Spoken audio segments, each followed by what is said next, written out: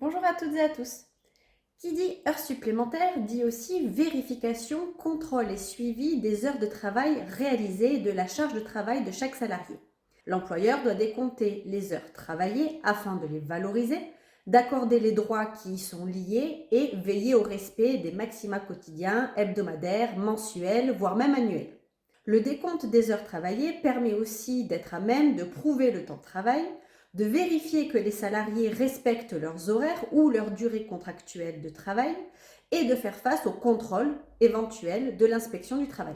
À ce titre, il fait donc notamment partie des prérogatives de l'employeur d'enregistrer les horaires de travail de ses salariés. En cas d'horaire collectif, les obligations de l'employeur sont très restreintes, puisque la loi lui impose uniquement d'afficher les heures auxquelles commence et finit le travail, ainsi que les heures et la durée des repos.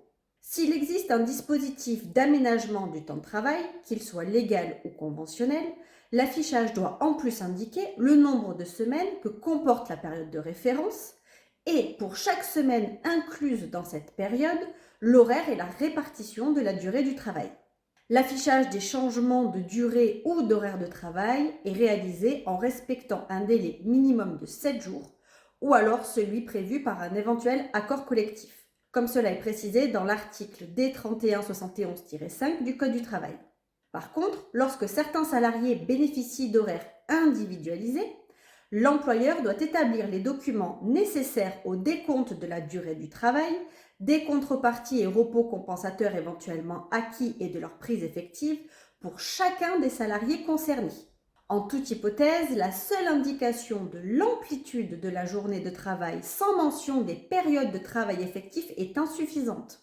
Le décompte des heures de travail doit s'effectuer en 2 temps, chaque jour et chaque semaine. Chaque jour, l'employeur peut utiliser les moyens qu'il souhaite pour enregistrer les heures de début et de fin de chaque période de travail ou pour relever le nombre d'heures de travail effectuées. Chaque semaine, l'employeur doit récapituler toutes les heures de travail effectuées par chaque salarié en utilisant les moyens qu'il souhaite. Tout cela mois par mois et année par année. En cas d'horaire individualisé, l'employeur a donc l'obligation de contrôler la durée du travail. Toutefois, aucune forme ne lui est réellement imposée pour réaliser ce décompte des heures. N'importe quel moyen peut être enregistré. Enregistrement manuel, automatique ou informatique. Et n'importe qui peut être rendu responsable du décompte. Aussi bien un supérieur hiérarchique que le salarié spécifiquement chargé de cette tâche, ou voire même les salariés eux-mêmes par un système déclaratif. Pour autant, il est nécessaire que le contrôle effectué soit honnête, véridique et vérifiable. À titre d'exemple, si le système de contrôle remplit les conditions évoquées, le salarié qui s'oppose au pointage de son temps de travail ou qui n'utilise pas son badge commet une faute, qui est sanctionnable par un licenciement. Il en est de même des falsifications de feuilles de pointage, même à la demande d'un supérieur, ou du pointage en lieu et place d'un salarié pour dissimuler des retards. Tout cela est issu de la jurisprudence et ne sont que des exemples.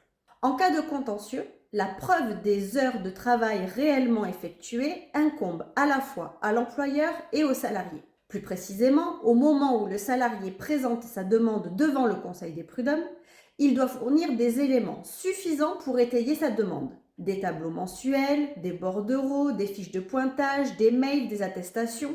Dès lors qu'il apporte des éléments préalables au soutien de sa demande, le juge ne peut les écarter au motif qu'ils seraient insuffisants pour prouver la demande. C'est le commencement de preuve qui est indispensable à la poursuite de l'action. Ensuite, si l'employeur n'est pas en mesure de produire les décomptes horaires obligatoires qu'il doit conserver normalement pendant 1 an, les juges se prononceront sur la base des éléments de preuve apportés par le salarié. Sinon, ils pourront aussi ordonner des mesures d'instruction. L'employeur remplira ses obligations de décompte, de suivi et de preuve s'il est en mesure de fournir un tableau des heures supplémentaires réalisées chaque semaine, sous format Excel par exemple, un tableau récapitulatif des heures supplémentaires réalisées et établies, même par le salarié lui-même, de façon très précise, des relevés manuscrits ou des imprimés que le salarié prétend avoir réalisés, des mails, des captures d'écran, des horaires précis échangés. Bien évidemment, l'acceptation sans protestation ni réserve d'un bulletin de paye incomplet par un salarié ne vaut pas pour autant renonciation de sa part au paiement des sommes auxquelles il a droit. Pour toute question complémentaire, n'hésitez pas à contacter nos équipes.